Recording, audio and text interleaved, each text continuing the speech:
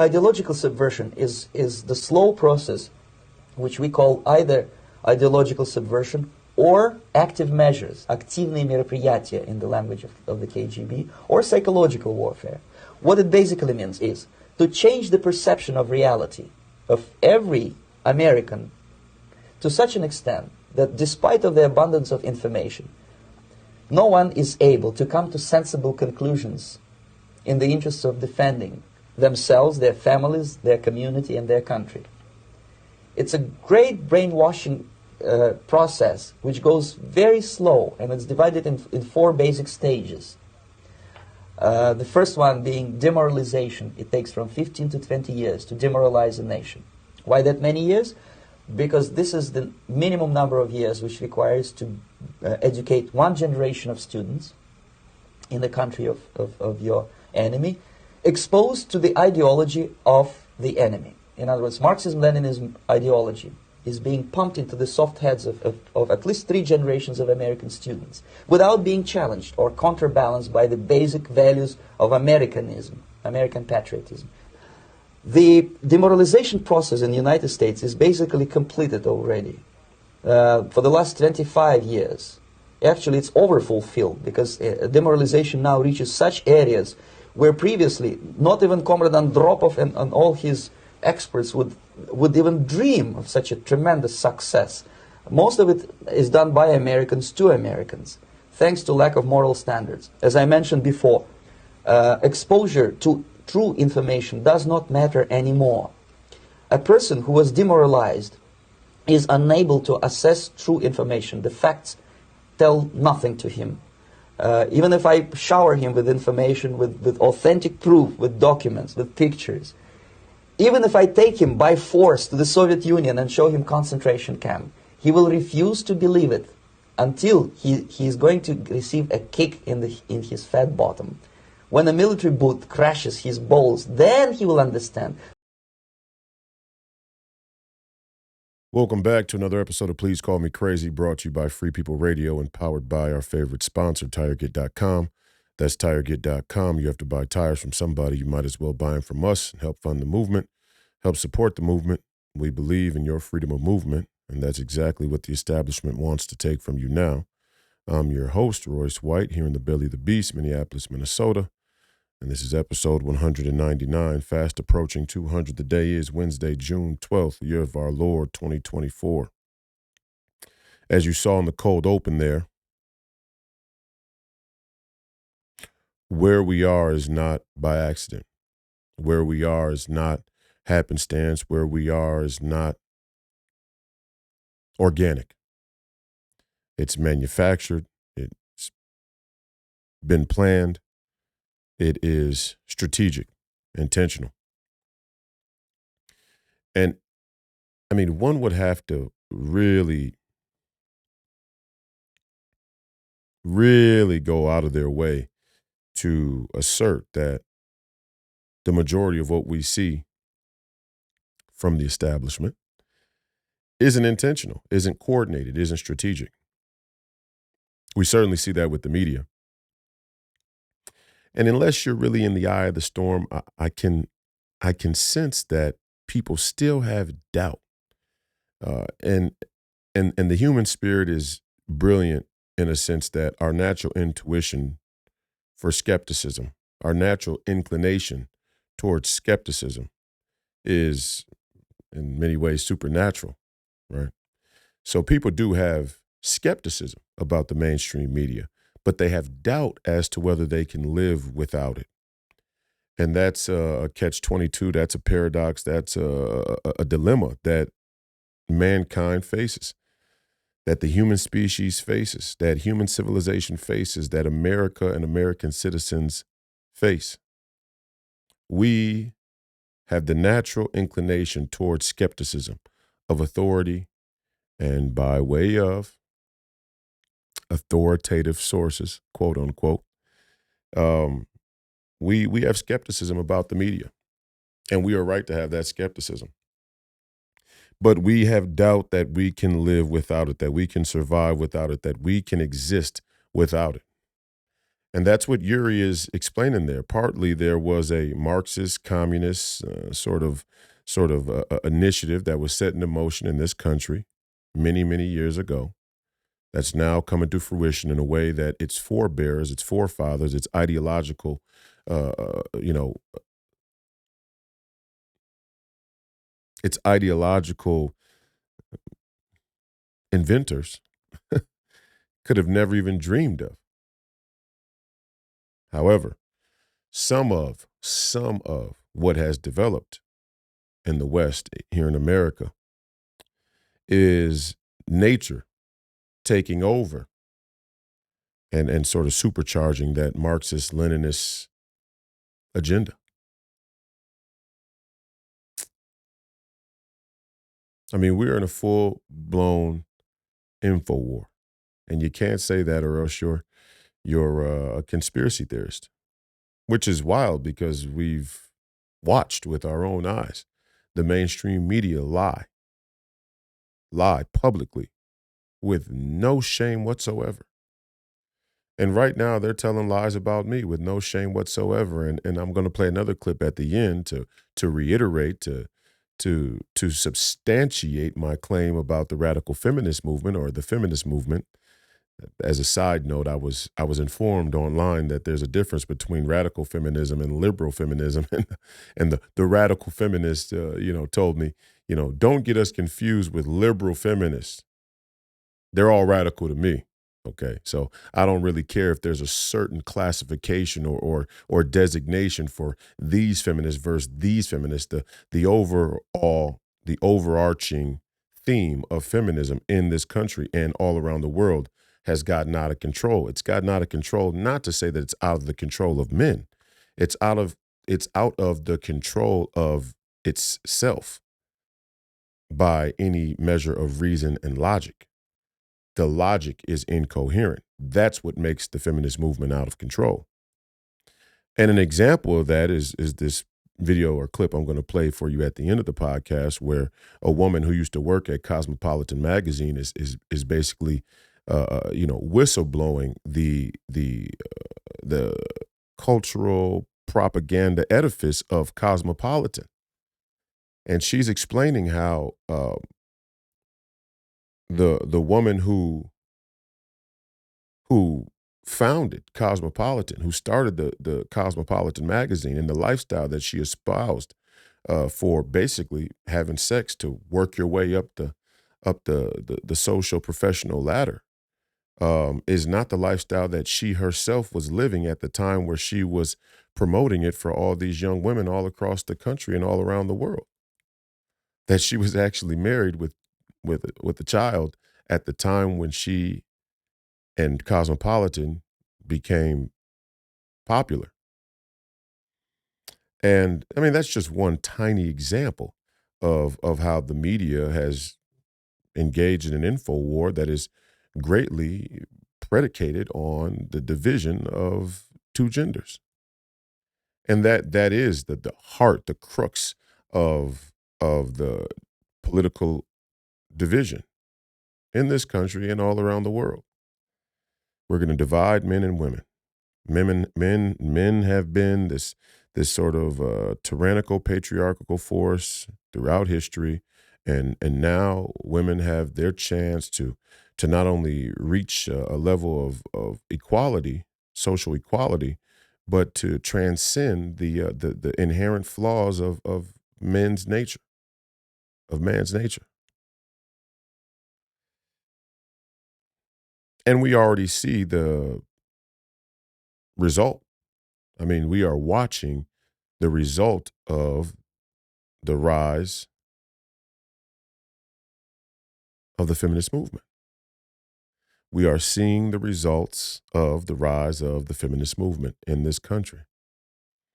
And it's things like, again, not being able to say that drag stripper shows for children is inappropriate. Not only inappropriate, it's immoral. It's not casually inappropriate. It's absolutely immoral.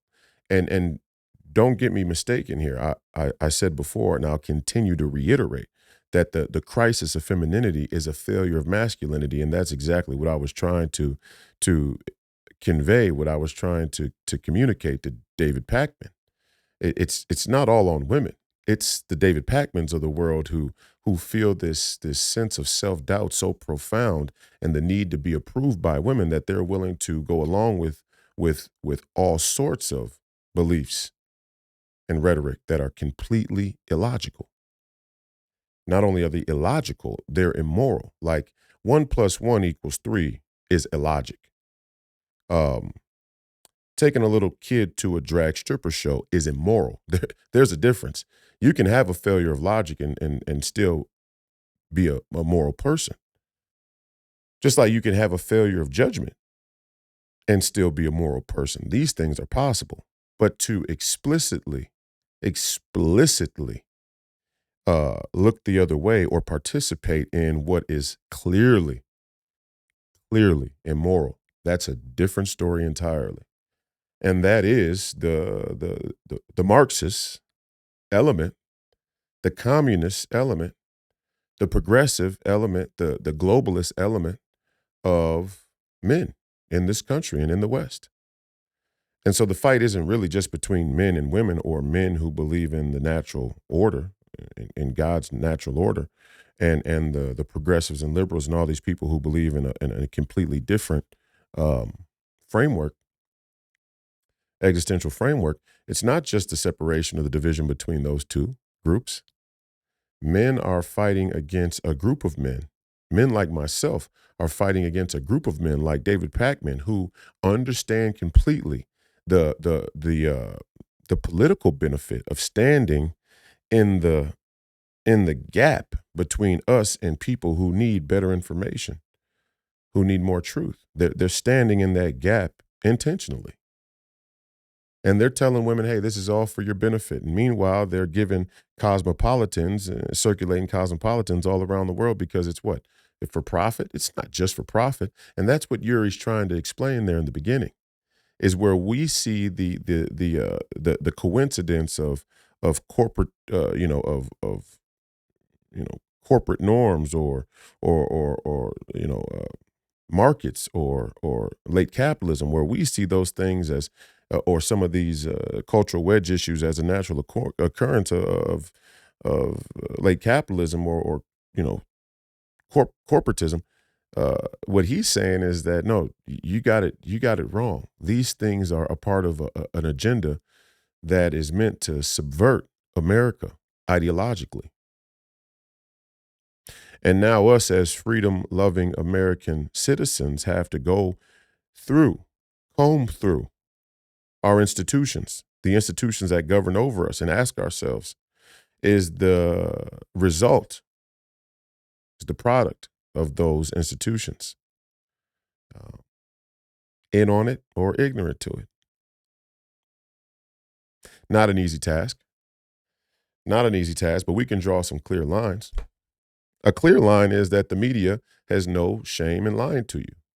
So you have to ask yourself as a logical, sane American citizen, why you would ever draw any conclusions whatsoever based on anything that's reported in the mainstream media. Why? It makes no sense. I mean, there are some plain things that you can make out from the Star Tribune. Don't get me wrong, right? I mean, there are things that are verifiable that come from the local Star Tribune paper or the New York Times. There are verifiable facts that come through the mainstream media. Even CNN, you can go to CNN and there are going to be some things that are verifiable. But the vast majority of things that are said in media have spin, and they're intended to be this sort of well articulated conjecture. I mean, if you need an example, just go back and look at all of the covers through COVID. How many times they talked out both sides of their mouth. Not only did they talk out of both sides of their mouth, they did it with a sort of arrogance and pompous, a sort of arrogant, pompous like attitude. I can still remember Don Lemon saying, um, it's time to start shaming them. The people who don't want to get vaccinated, it's time to start calling them what they are. They're stupid. We need to shame them. Well, I'm unvaccinated. I didn't get vaccinated. None of my children got vaccinated. In fact, my grandmother was vaccinated, and I love her dearly. And my children loved her dearly. She was the greatest grandmother you could possibly have, and she died about 2.5 weeks after she was vaccinated. Now, granted, she already had certain uh, health conditions for sure. A chronic lung condition, a chronic lung condition that necessitated her being on oxygen all the time, and I'm sure she had other, conditions as well. But she was doing just fine, and we were totally abreast of her overall health uh, going into the pandemic. She went to the doctor on a regular basis, and the doctor said that you're doing well, you're healthy. So it isn't even the tiniest bit peculiar that 2.5 weeks after she got vaccinated, she died of a heart attack. That's not the slightest bit. We shouldn't question that at all. Even when we see an uptick in cancer and myocarditis and all these other symptoms that came along with the vaccine, we shouldn't ask any question. We're not even allowed to ask the questions. In fact, if we ask the questions or if we have any hesitancy or skepticism, we are to be shamed and called stupid by aristocratic, pompous elites like Don Lemon. And then CNN decided to cook Don Lemon's ass because, well, hey, it's just business at the end of the day. But it's not just business. Media is not just business. Information is not just business. And so if there's an indictment of the system that all of the Black Lives Matter, feminists, LGBTQ advocates want to discuss, talk about, use as the linchpin of their activism, then that system's guilt would rightfully be associated at the exact point where media justifies their dishonesty by saying it's just business. It's not just business. It's no longer just business. And I would have felt more comfortable conceding that it was just business had our country not been in a crisis, hadn't been in a crisis for a very long time, and isn't still in a crisis today. Then I'd be able to concede, hey, you know what? Business is business. And there's room for business. There is room for business. I'm not saying that we can do without business. I'm not saying there's a better system than capitalism, but crony capitalism is disgusting. It's an infamia. It's just like having knowledge without wisdom or information without wisdom. It's just like having a government that has no fear of the people. It's an infamia by definition, by my definition anyway. I don't know. What do you think? I think all of that is an infamia. I think it's disgusting. I think it's reprehensible. The media is just business. No, it's not. The media has become an oligarch in and of itself that can't be questioned and can't be tamed, that can't be fought. For example, what is a young black man who was the first ever black man endorsed for United States Senate by either major party here in the state of Minnesota? The first ever black man to be endorsed for United States Senate by either major party here in the state of Minnesota, liberal Minnesota, and they've never put up a black man for endorsement as a United States senator.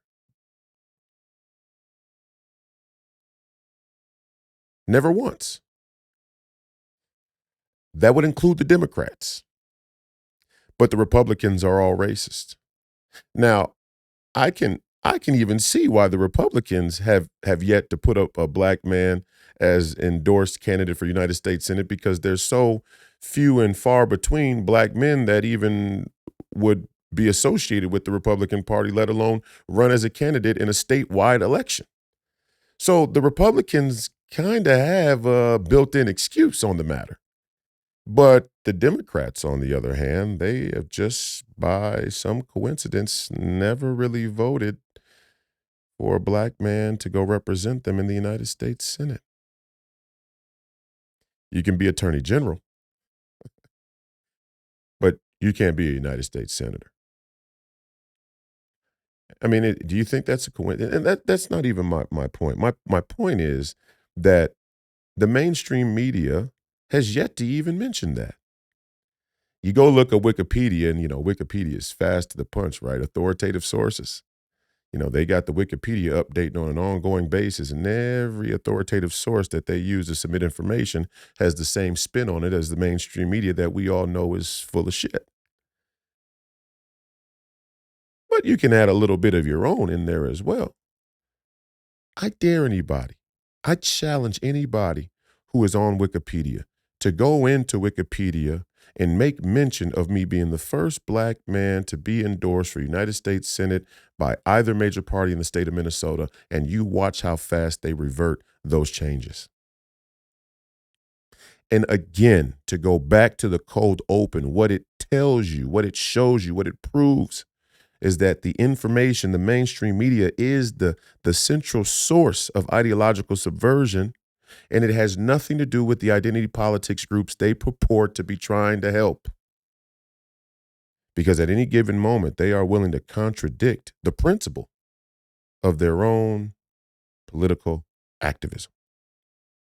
The principle of their political activism is that Black lives matter, that Black people are more oppressed than anybody else, and there should be a certain set of provisions and consideration and a sort of reprieve that's given to Black people because of all of the oppression that they faced across across this nation's history. And don't get me wrong, Black people have been through some rough times in this country.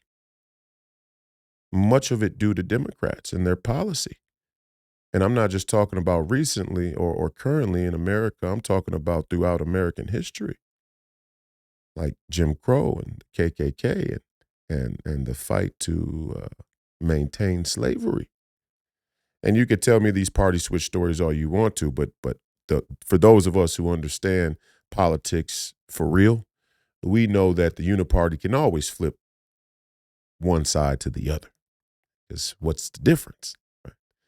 As long as the status quo is preserved, it doesn't really matter much what set of branding we put, what set of branding we put on our ideological agenda. Another sort of communist tactic. I'll be whatever I need to be in order to achieve the goal. Chameleonic politics. I remember saying that the NBA plays chameleonic politics, and I don't think that there's a better example. If a black man gets shot, it's Black Lives Matter. If it's, the LGBT, China, whatever it is, we just play the politics for whatever the social winds tell us, because ultimately the goal is to try and maintain a sort of consensus, even if manufactured, with the people that we are on the right side of we are on the right side of the virtue. We are on the right side of the moral line. We are on the right side of the people, even if we've been the ones to misinform and brainwash the people. And in fact, if we've been the ones to misinform and brainwash the people, it's very easy to be on the right side with the people because we know what you think. We told you what to think. And that's why it blows my mind to watch people still walking around wearing masks. Why are you people still wearing masks? That is the one simple diagnostic of how easily people can be brainwashed with fear. In the first days of the pandemic, I get it. People were wearing masks. We were all wearing masks. People were scared. You can go find a picture of me wearing masks leading a protest for the Twin Cities to the Federal Reserve. Here in the Twin Cities to the Federal Reserve. You can go watch me with a mask on myself. Now, partly I did so because the social pressure here in the Twin Cities at the local level, the local activist level, called for me to be conscious of the state's order of social distancing and masking in accordance with the pandemic protocols. They called for that submission. And, being the young radical militant that I am, I said, hey, it's no skin off my back to wear a mask, but we're still going to the Fed. Okay. We could have masks, we could be balloons. It doesn't matter what kind of Halloween party tricks you want to do. We're still going to the Federal Reserve. Um, and he didn't follow all the rules, and it's like you got to keep the mask on when you're talking. And hey, everybody was breaking those rules because the rules were not. They weren't reasonable. They weren't achievable. And it is a sort of tactic to create rules that people can't really possibly follow. And there are a lot of rules that people can't possibly follow. And in that sense, you see even an example where the cultural norm here in America has been, for far too long, create a sort of arbitrary, legal field or legal interpretation that then is deemed subject to the court or prosecutors to interpret a la carte which crimes and which people they want to prosecute. And this is an incredible segue that I just stumbled into because, as you know, I don't use any notes. When you speak the truth, why the fuck would you need notes? You don't need notes. Things just come out the way they should. There has always been a sort of arbitrary use of prosecution in this country. That's the norm of our judicial system. And many people on the left, quote unquote, have long used that as the justification to claim that the whole system is guilty. The sort of arbitrary a la carte use or application of the law. Unequaled, specifically when it comes to Black men.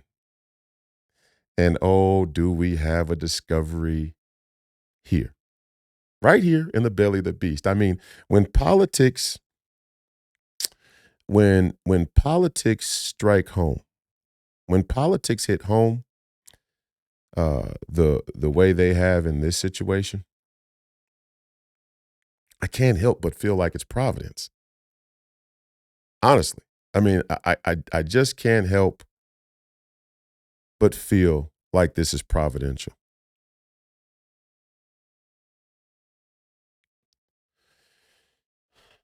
The whole system is guilty. That was the consensus. Not only is the whole system guilty, which many of us Republicans and American patriots, libertarians, ultra MAGA warriors would agree that the system, the American system, the central banking system, the corporate system, the big tech system, the military industrial complex, many of these systems have more corruption than we should tolerate. A lot of people would agree with that. They claim that system and its guilt is best seen around the unequaled application of the law when it comes to Black men. Why? Because the field of law, the legal system, the justice system has so much racism baked into it at a systemic level that it cannot be trusted.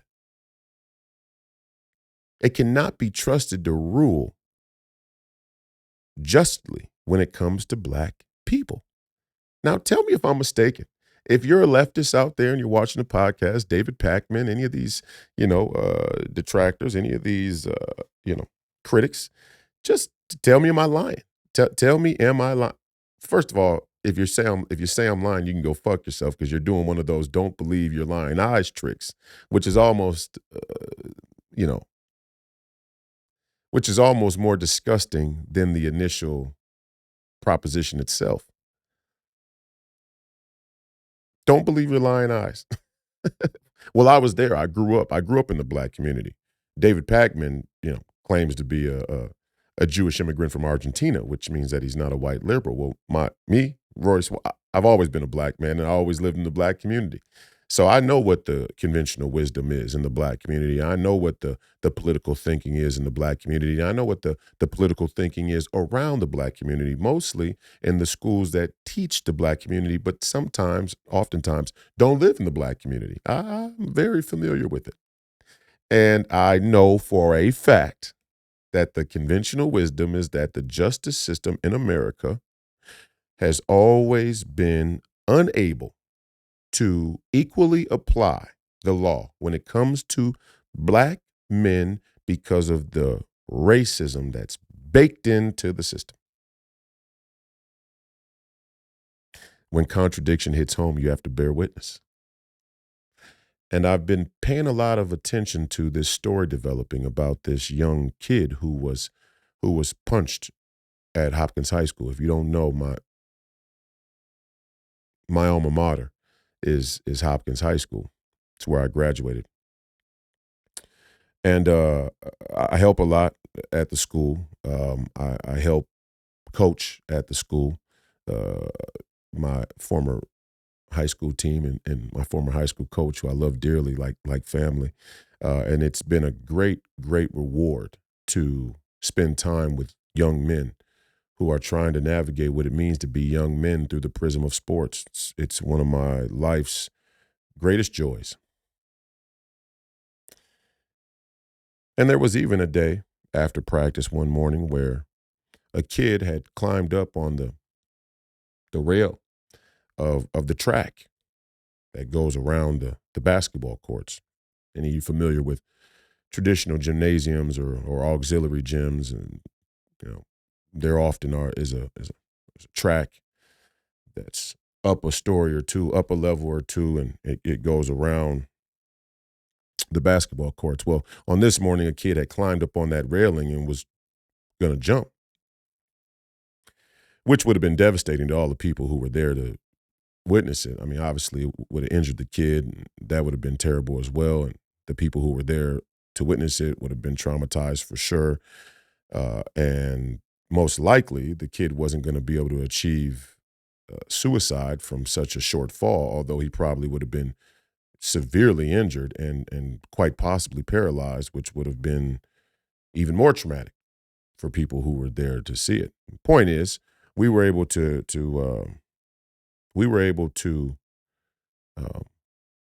intervene that morning, myself and some other coaches and people that were there, and saw what was going on. And my point is that being a basketball coach at a high school or in a high school community extends well beyond the duties of winning and losing basketball games, as one might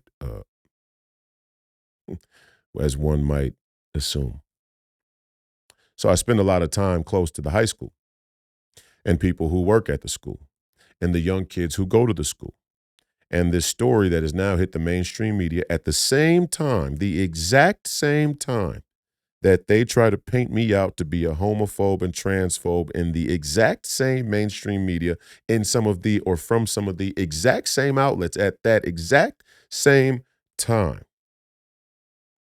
A young man who identifies as transgender was punched in the face. Now, according to the reports, which came from the mainstream media, and I'm going to use those here because of a lack of familiarity with the details, or a lack of physical proof and evidence of the details. I don't have the doctor's report or the whatever other report was initially filed on this matter.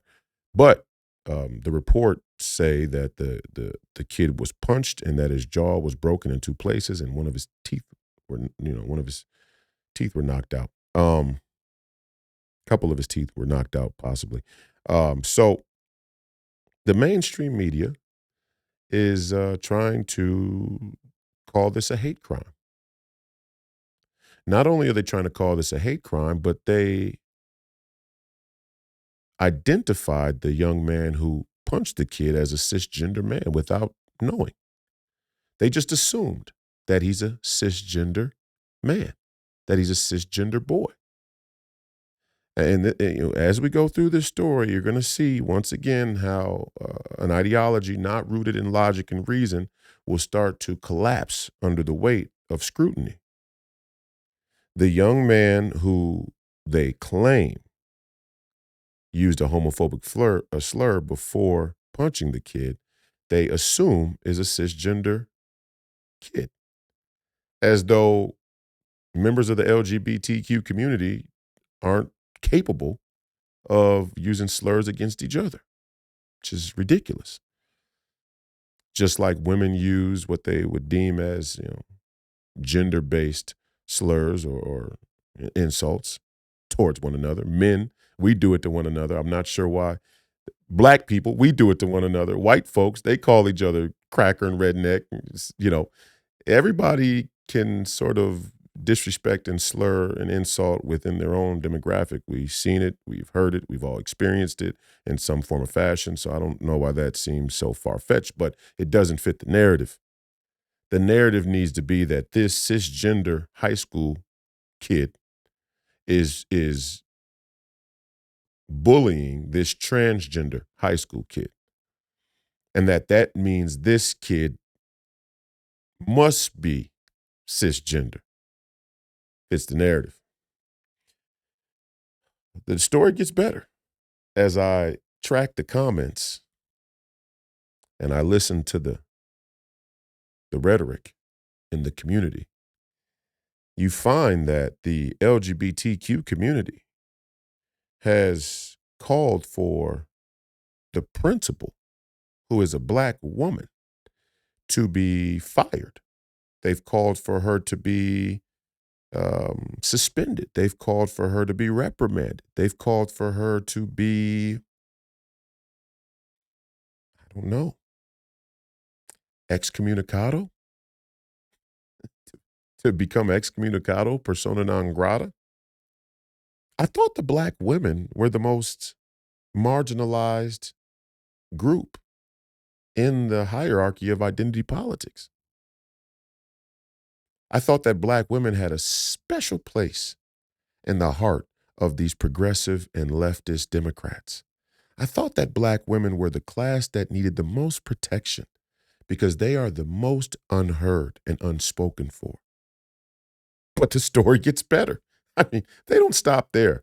Not only do they call for the firing of a black woman, of a principal that's a black woman, not only do they call for her to be fired because of a fight that broke out, as though she's supposed to be able to stop every single fight that breaks out. I mean, what? There are fights at high schools all the time. There have been multiple fights at this high school on a number of occasions just in the last 5 months. There are shootings at high schools, not at our high school, fortunately, but there are shootings at high schools all across the Twin Cities. These are not reasons to fire administrators, especially not without due process and just cause. Unless you can prove by a substantial standard, by a substantial measure, that this administrator or any administrator had previous knowledge that there would be an incident and let it happen or didn't do anything to stop it, you have no grounds or any basis to make the claim that this woman should be fired, this black woman should be fired because a fight broke out. But it gets better. It doesn't stop there. Not only do they want the principal to be fired, the black woman principal to be fired, they are also calling for the young black teenager to be charged with a felony and tried as an adult. Remember, the consensus, the conventional wisdom, the prevailing ideology of the Democrat Party, of the left and the liberal movement, is that no courtroom in America can be trusted to apply justice equally to any black citizen because of the racism baked in to the system. No courtroom in this country can be trusted to equally apply justice when it comes to black people because of the racism baked into the system. But as soon as a young black teenager punches a transgender student, now we're willing to throw that young black teenager to the courtroom,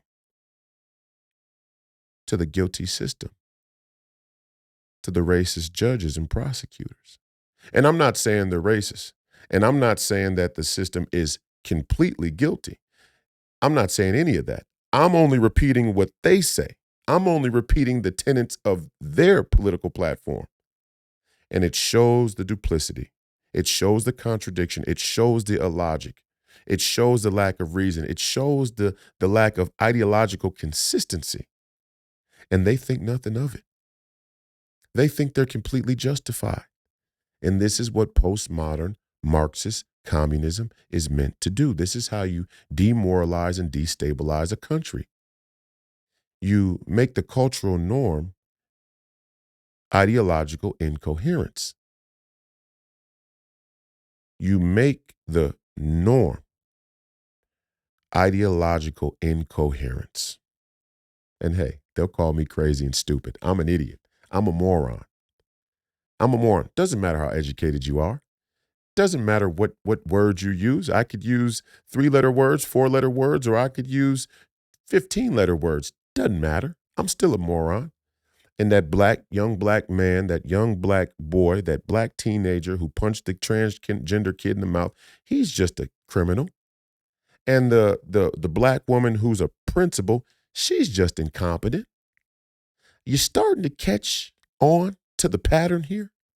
See, the only difference between me and the black community that's now starting to be upset, and the Black Student Alliance actually wrote a response to how the media was driving this narrative. And hopefully I can find that response. And if I can't, post it on my X, I'll put it on the podcast for Friday, and we'll just show it to you on the video. Or maybe I'll just post it on YouTube as a post. I forget that you can do that now. But the Black Student Alliance is pushing back against this narrative. They're saying, wait a second. First of all, you all in the media don't even know the details of what's going on here because the investigation hasn't finished. You're assuming that a hate crime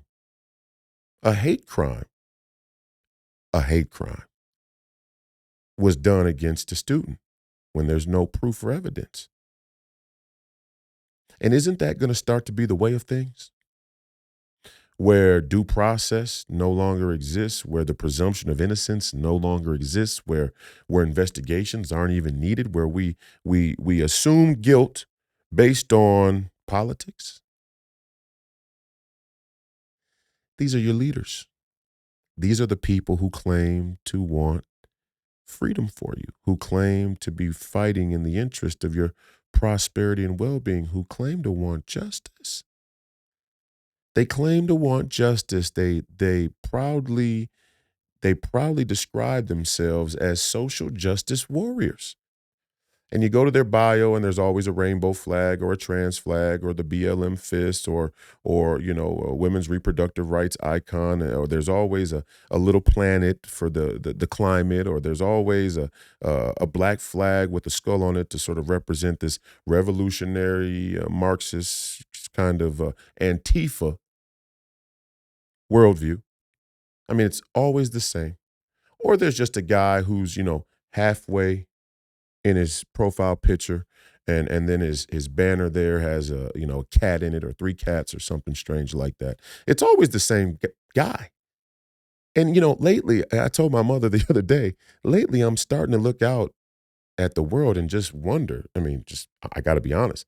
I'm just wondering, are all of these people even real people? I mean, there's so much sheep herd-like thinking. I genuinely start to question whether the people I'm watching are real people or not. And it gives me anxiety in the morning. I wake up at like 7:00 in the morning with pure anxiety. Why? Because I don't even know the implications of that. I'm still trying to sort out the implications, the existential implications of a sort of proliferated, let's say, clone iPhone populace, Android populace,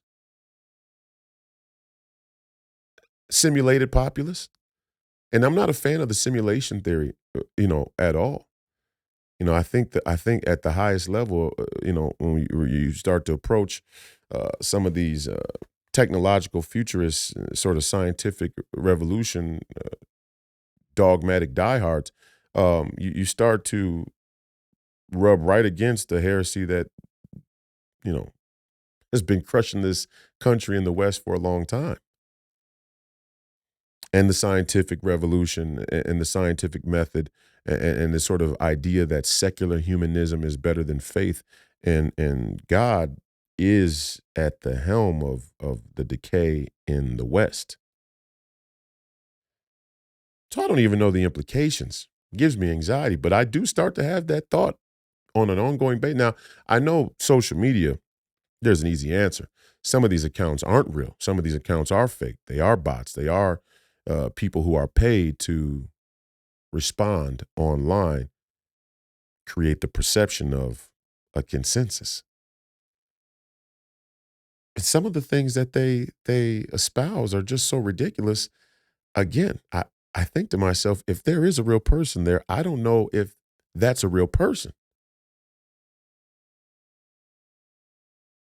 Like, for example, comparing drag stripper shows to a kid, comparing children at a drag stripper show to children at your local beach, and saying that the nudity or the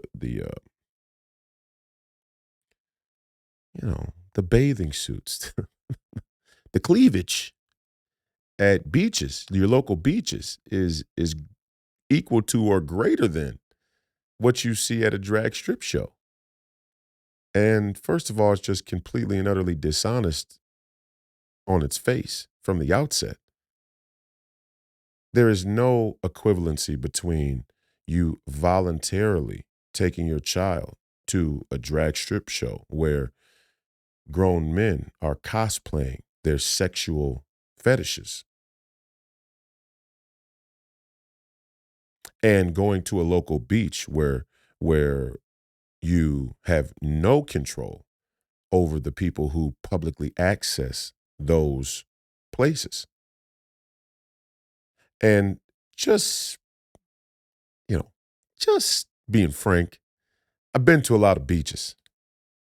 And in going to a lot of beaches and having been at a lot of beaches, you don't see the stuff that you see at drag strip shows at your average beach.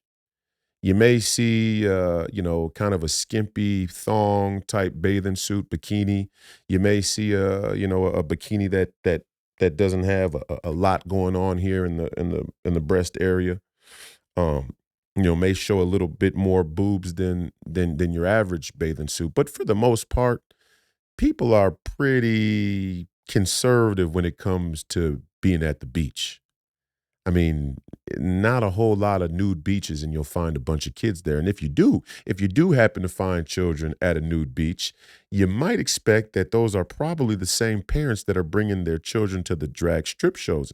Not all of them, but there would be some crossover, and we would have the same criticism of those parents as we would the ones who bring their kids to a drag strip show, except for the fact that when you bring your kid to a public place that is intended to be a family place and somebody else comes and behaves a certain way, it is out of your control.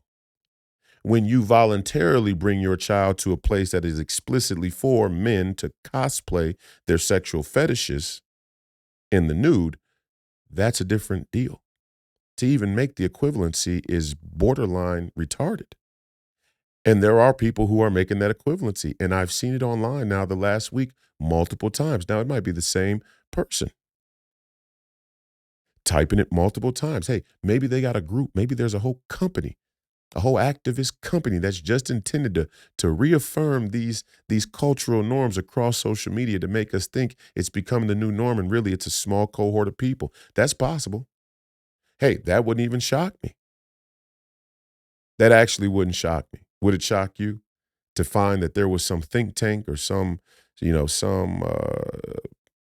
I don't know what nonprofit? think you call it, that is engaged in that type of information, it wouldn't shock me one bit. George Soros probably at the center of it. And hey,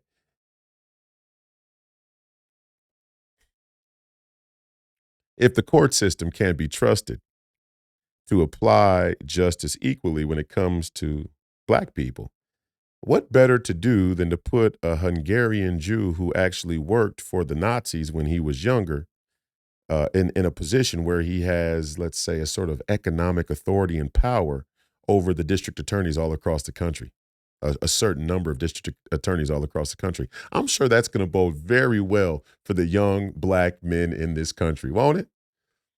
To have a Nazi collaborator, a billionaire Nazi collaborator, super funding the campaigns for district attorneys all across the country. I'm sure that's going to bode over so well that crime in the country is now out of control. And see, the funny part about it is they love to proliferate a criminal culture. They love when the rap music encourages our young black kids to shoot a gun. The first issue they have, no sacred honor, no temperance, no sense of human decency, basic humanity. But then they want the courts to have humanity for us. But in actuality, they don't want the courts to have humanity for us. What they want is the black people in this country to play the role of destabilization, demoralization. That's what they're doing. They want us to fill a role. And when we fill that role, they will be happy to prosecute you in the full extent of the law. They're not. I mean, it's funny. It's funny. They talk about white supremacy. They talk about racism. They talk about the unequal distribution of justice when it comes to black people. And they promote, they condone, they almost affirm the violence that's proliferated throughout our communities in our music and fast becomes a cultural norm. They applaud. They say this is just a voice of a people that are unheard and oppressed. And of course, right, that's AOC. Of course, when they can't eat, the answer is to take a gun and go into a local business and hold a 75-year-old woman up for a couple of dollars? Really? Well, all the money that George Soros put into funding district attorneys, why didn't he get him and a few other billionaires together and get about 20 billion and we probably could end hunger in America altogether? I mean, you could have free breakfast and dinner programs in this country for cheap. We throw more food away than we use in this country. The problem isn't the amount of food we can produce. The problem is the logistics of getting food to the people who are hungry. You see how we could actually use the money to stop the problem that we use to justify the violence? Doesn't that tell you that the violence is manufactured? Maybe I'm talking over people's head here. Maybe I'm just a dumb black Republican. Or maybe I came from one of those communities that you lying, corrupt, slimy motherfuckers think you're going to keep using to justify your bullshit political agenda. And if you don't like my language, you can fuck right off. Log off. Get ready for the gulag, though. And when we're in the gulag together, I'm going to go person to person and ask, which one of you had a problem with the profanity then when we had a chance to save this country? If you did, don't cry now. We're not saving you. Get on out of here. When we break out of this gulag, we're leaving you behind because you'll slow us down. Your self-righteous, moral, uppity, sort of pompous naivety will slow us down. We're in the fog of war. But wait, in the fog of war, you don't have problems killing innocent people. You don't have problems with missile drone strikes. You don't have problems with dropping atomic weapons. I mean, hey, it's war. What's the problem with that? No problem with a military industrial complex that steals $2 trillion and nobody will even get so much as a citation, let alone an indictment. No problem with that. But you better not use the word fuck. I mean, that's just a little bit too far. I know why you uniparty freaks don't like me. And I know why you progressive and far leftists don't like me. And I know why you far right paid state actors don't like me, because I cut straight to the chase. I go right to the heart of it. I go right to the heart of the issues. And a liar will never like a person like that. But again, back to my point, I got a little bit off track there. I like to go on a little bit of a tangent sometimes. Things just pop up in my head and I make the connections in real time. I hope to inspire you to think the same way and go, man, damn, just thought that's strange. Wow. But again, back to my point, the AOCs and the rest of this entire liberal movement, they applaud this sort of oppressed criminal violence that plagues our communities, but they can't wait to prosecute us to the full extent of the law. And they're going to do it to you out there, and they're going to do it to the young black kid at the high school when he punches a transgender kid, and they're going to try and do it to the black woman who's a principal, and they're going to try and call for me to be thrown in prison. I'm already seeing that. They're saying, lock him up. I mean, this whole FEC thing is a pipe dream. Anybody, and this is how stupid they really think you are. They think that they're going to be able to manufacture enough consensus in the public. It will justify their kangaroo witch hunt lawfare show trials. That's what they're doing. That's what they did to Donald Trump. And that's why there needs to be a serious, I mean, vital to America's national security, a serious, let's say, revision in our due process. Because it would seem when you've strategically misinformed and brainwashed the public, a jury of your peers is now at the advantage of the people who control information. I mean, that's just simple logic. That's 1, 2, 3. Remember when David Pakman said, this is basic legal stuff. This is crazy. You know, they like to talk about things downstream. I like to talk about things upstream. And the upstream is when you can brainwash a population, or when, let's say, the political elites of our country concede that your average American citizen can't read at a 5th grade level. How just can your juries be? When you've created a populace that's stupid by your own admission, when you got the city of Minneapolis where the dropout rate is as high as it is all across the country, one of the highest dropout rates across the entire country in the city of Minneapolis. But the public school system in Minnesota as a whole is regarded as one of the best in the country, which means that here in Minnesota, we have a sort of unique and rare distinction or separation between the greater public school system that Minnesota has created and the public school system relative to black students. And that's the Democrats doing that. The Republicans haven't been in charge of the school boards in forever, or the Department of Education in forever. They're all liberals. Even the ones who say that they're Republican are liberals. Another contradiction. And they'll say, well, the teachers just aren't getting enough support and help at home. Damn, how quick they're willing to throw you black folks under the bus. I mean, every chance they get. What's it going to take for you to understand? What's it going to take for you to see it? Every chance they get, they're going to throw you under the bus. And then when Ice Cube says, what do you get out of it? What do you get for your vote? What are we getting for this? For this blind, dogmatic allegiance to the Democrat Party? What do we get out of it? That's what you get. You get a dropout rate and scholastic standards that don't even meet the national average in the black community here in Minnesota. That's what you get.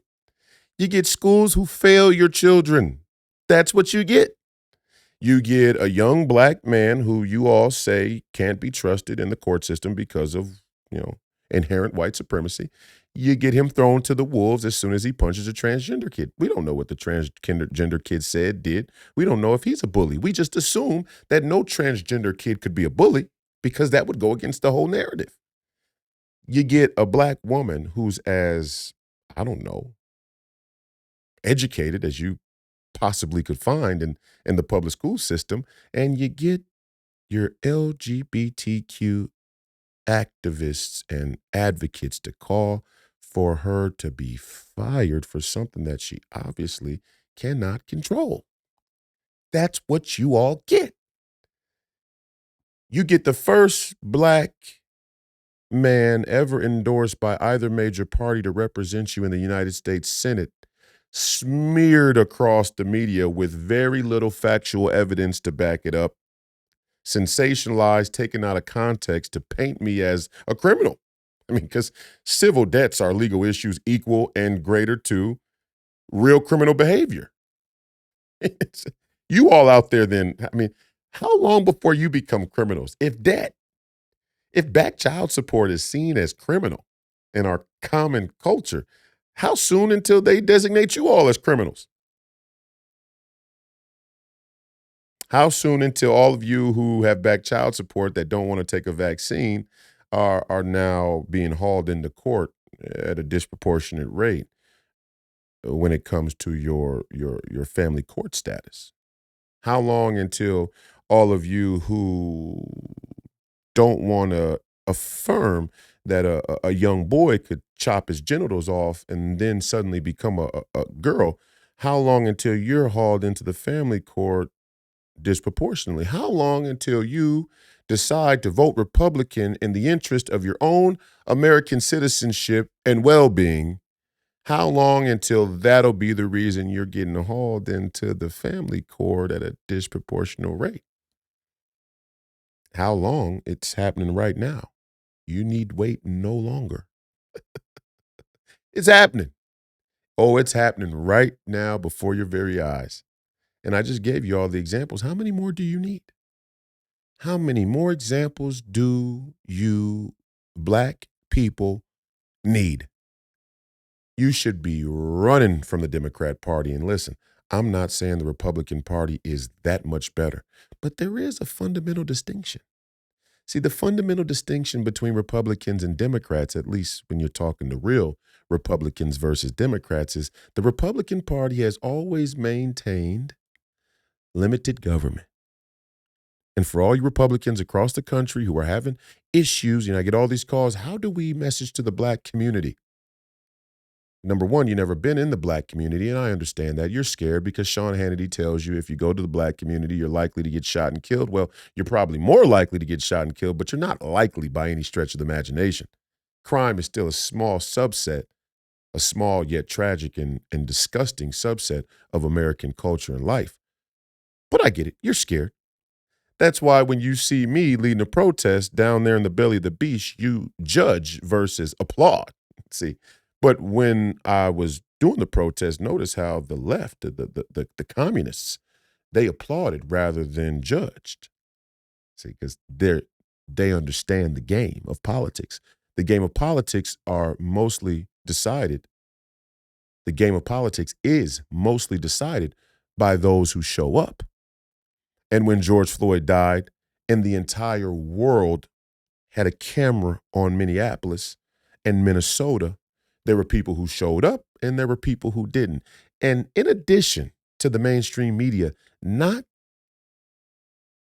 mentioning that I'm the first black man to ever be endorsed for United States Senator by either major party, another very, very unique detail is always left out when it comes to describing who I am. And that is, in the wake of George Floyd's death, I was the only man in America to lead people to the Federal Reserve. New York Times won't report on that. Washington Post won't report on that. Mother Jones won't report on that. None of these mainstream media outlets will report on that. None of their little alternative cuck sites will report on that. Not only am I the first black man, the first black person to be endorsed for United States Senate by either major party, I am also the only man in America that led people to the Federal Reserve in the wake of George Floyd's death. And my question is, where are all the conservatives? If you believe in your ideas, if you have the facts and truth on your side, why didn't you come and say it? Now you want to judge me ex parte?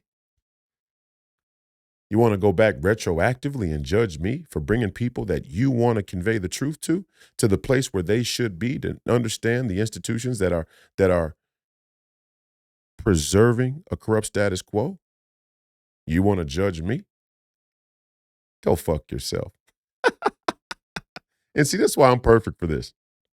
Because me, I really could care less what people think. And those are the politicians that we need in this country. We need politicians that could really care less what people think. That's exactly what we need in this country. Exactly what we need. I could care less. I could really care. You know, I could care no less than I do.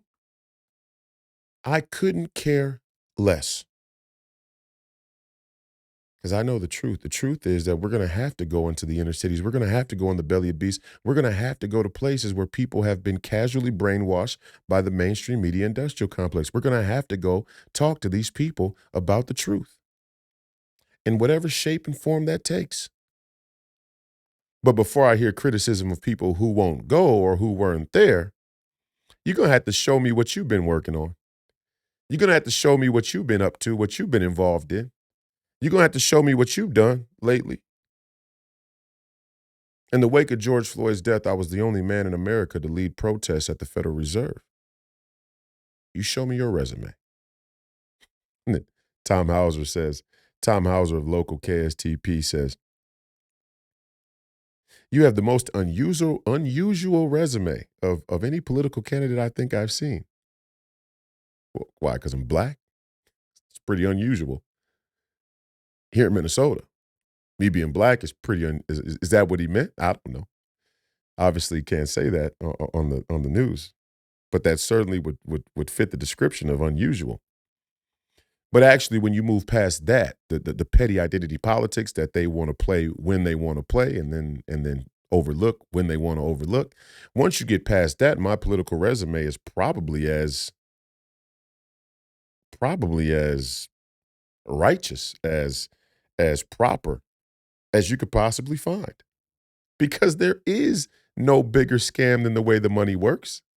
There is no bigger scam than the way the Fed works. There is no bigger scam than being $37 trillion in debt and continuing to raise the debt ceiling every time we want to go to war. There is no bigger scam than war as a racket. There is no bigger scam than that.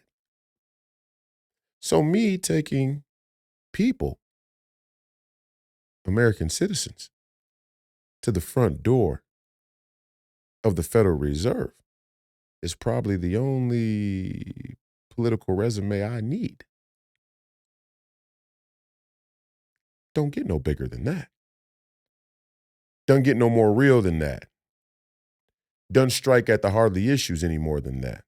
When was the last time David Packman brought anybody to anything that even resembles the type of power that the Fed has over your life and the lives of everybody else in this country? I'll wait. And it's not David Packman individually. I mean, David Packman's a parrot, but it's the whole crew of them. It's the whole crew of them. Show me what they've done. Show me what they've been involved in. They only called me a BLM protester to disenfranchise me to Republican and conservative voters, because they couldn't possibly be saying that I'm a BLM protester to try and lose me votes from Democrats and independents, moderates. That wouldn't make any sense. They think you're stupid. That's the other part of this, right? The other part of this is we have this sort of you know naivete here on the right side of the football in the conservative movement. We have this sort of naivety that what the liberals disseminate amongst themselves in the mainstream media is only intended to further brainwash and stupefy other liberals. No, it's not. It's intended to stupefy you all. You're the ones they think are stupid, and they think you're stupid. When they tell you that a man that led a protest to the Federal Reserve could in any way be associated with the organization Black Lives Matter, one, you must not know much about the organization Black Lives Matter. And two, you probably don't know that much about how the Fed really works, because if you did, you'd know that the two never shall meet in the open field. Okay? Black Lives Matter activists have a subconscious map of the city in their mind to intentionally divert people away from all the institutions that actually govern over them. Sorry, having a blast today. I'm having a blast. I'm having a blast. The truth shall set you free. It's so revealing. This is such a revealing time. I'm having a blast. I hope you all are having a blast. And I'm not criticizing all of you, because we're building an audience here of people that understand. And the message is getting out. The word is getting out. There's nothing they can do to stop it. There's nothing they can do to stop it. It's coming. The people are coming. There's not a more fitting there's not a more fitting theme for my Senate campaign. The people are coming. We're coming. We're coming. We're going to keep coming. We're going to keep waking up minds. We're going to keep going and talking about the things you don't want us to talk about. We're going to keep doing exactly what we've been called to do. Defend this country, defend our families, defend our right to believe in God, defend our right to practice our faith. Oh, by the way, anybody remember when they said that religious exemption was not an acceptable excuse to not be vaccinated? I think that was the flashpoint in the latest chapter of anti-Christian politics, wasn't it? That all you American citizens that don't want to take the vaccine on a religious basis are extremists, Christo-nationalists, conspiracy theorists. You believe in Sky Daddy. Mocked us. So you can tell me that my faith, that God, that Christ isn't real, but I can't call you a cuck?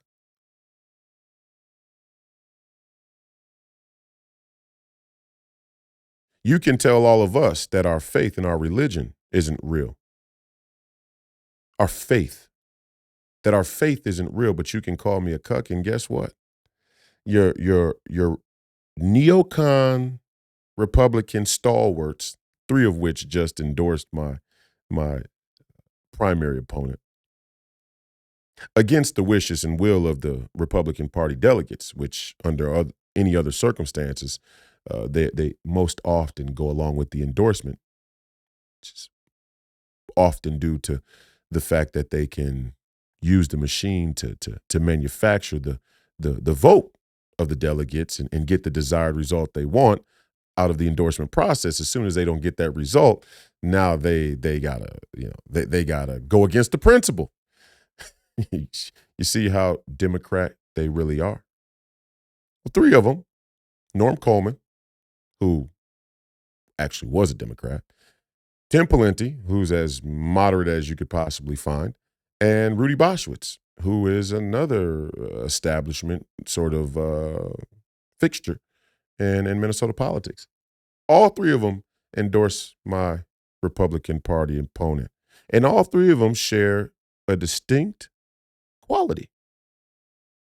Not only are they not only are they connected to 3 losses in all 3 of their last statewide races, but they're also connected to over 30 years of losing here in the state of Minnesota.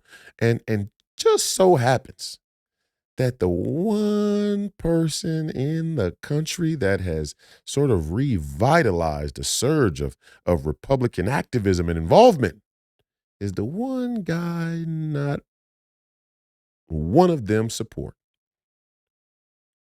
One guy, now 2. 2 guys they don't support. Donald J. Trump and Royce White. Shocker.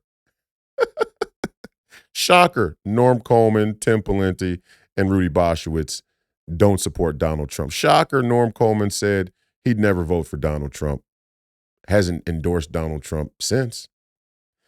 Shocker. Haven't heard of Tim Pawlenty endorsing or getting behind Donald Trump. And surely in Minnesota that would have made news, or at least it should have. If not, be strange that the Star Tribune would have no interest in a former governor candidate not endorsing the presidential candidate of the United States of America. That would be odd. And Rudy Boschwitz, who whipped for Nikki Haley when she was here, just in this cycle. Am I getting through to you yet? I hope so. I hope I'm starting to get through to you. We're just going to walk these people down intellectually.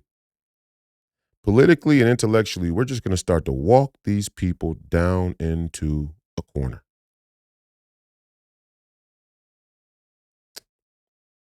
Till they just give up and do what they really want to do. They really just want to become Democrats. Or even better yet, what they want to do is stay in the paid position of controlled opposition. That's what they really want, because it's lucrative. I mean, it's lucrative to be the controlled opposition, right? The best way to control the opposition is to lead it. And that's why you find many of your DC permanent political elites come together in harmony around one issue: war. War, war, war. Do you want to go to war? Do you want your children and grandchildren to go to war? A war they don't need to be in? Is that something that interests you? Because if it is, hey, I mean, I get it. Some people love a good war. I get it. Trust me. Some people can't live without a fight. I got it. I like peace. I enjoy peace. I think peace is good. I don't think peace makes us pro-Putin. I don't think peace makes us Russian apologists. I don't think that saying anybody who gets foreign aid from the United States of America must do so with conditions. I don't think that makes us nativists or isolationists. I think it makes us prudent. I think it makes us competent. I think it makes us American. But you get to decide. This has been another episode of Please Call Me Crazy, brought to you by Free People Radio and powered by our favorite sponsor, TireGet.com. That's TireGet.com. You have to buy tires from somebody. You might as well buy them from us and help fund the movement, help support the movement. We believe in the freedom of movement, and that's exactly what the establishment wants to take from you now. I'm your host, Royce White, here in the belly of the beast, Minneapolis, Minnesota. The fight continues. Don't die a jerk off, and as always, Godspeed. There was a secret that nobody knew, is that mothers were not actually in the magazine. You never saw a mother in the magazine. You never saw a child in the magazine. Propaganda is half-truth, selected truth, and truth out of context. It isn't just a bunch of lies. And one thing that people don't recognize about propaganda when they look at it is look for the things that aren't there. The things that are invisible. The mother and the child was invisible in the Cosmo Girl philosophy. So Helen Gurley Brown, she has this magazine. There's no kids, there's no women, there's no pregnancy. It's about sex, it's about products, it's about this materialism. Right. How did that flesh with her own lifestyle? Because from all accounts, she married one guy and expected him to be faithful to her and lived her life out with him. Right. They were married for 50 years. Remember, she didn't get married until she was 37.